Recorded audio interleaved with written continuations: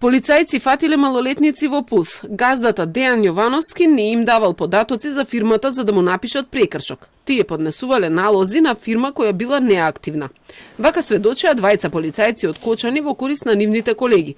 Тројцата обвинети за настани поврзани со дискотеката во која во пожар загинаа 63 млади луѓе.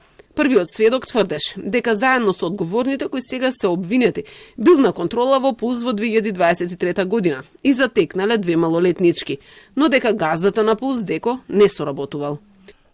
Собственикот на Пулс ни рече: правете што сакате. Не сакаше да соработува со нас, повикавме родители, одговорниот изготви записник. Немавме никакво сознание која фирма стопанисува со диското. Во билетарата беа Деко и син му, а немаше потреба да се легитимира, отим е познат како собственик на диското и кафичот Класик.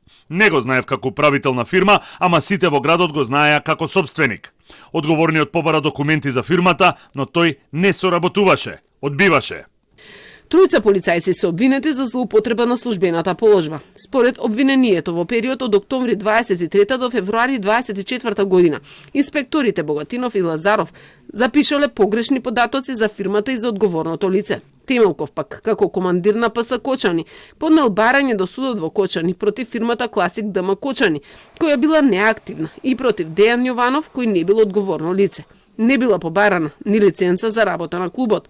Според обвинителството со ова, МММ кафе непречено работило и подружницата Пулс. Вториот сведок рече дека тие не ги контролираат лиценците, а ако одговорниот не соработува за фирмата, земаат податоци од Централниот регистар. Во записник се наведува кој објект се контролира, се наведува назив на објект, не на фирмата. За неактивни фирми сме правеле записници за прекршок. За исходот од постапки против неактивни фирми не гарантирам, но не е пречка да се изрече санкција на неактивна фирма.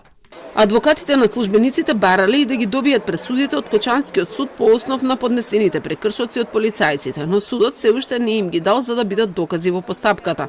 Судот пресудил после трагедијата која се случи во Пулс.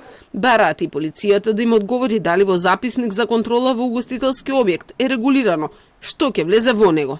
Судењето продолжува на 20 април со сведочење на обвинетите. Казните за делото кој им се става на товар се од 1 до 3 години затвор.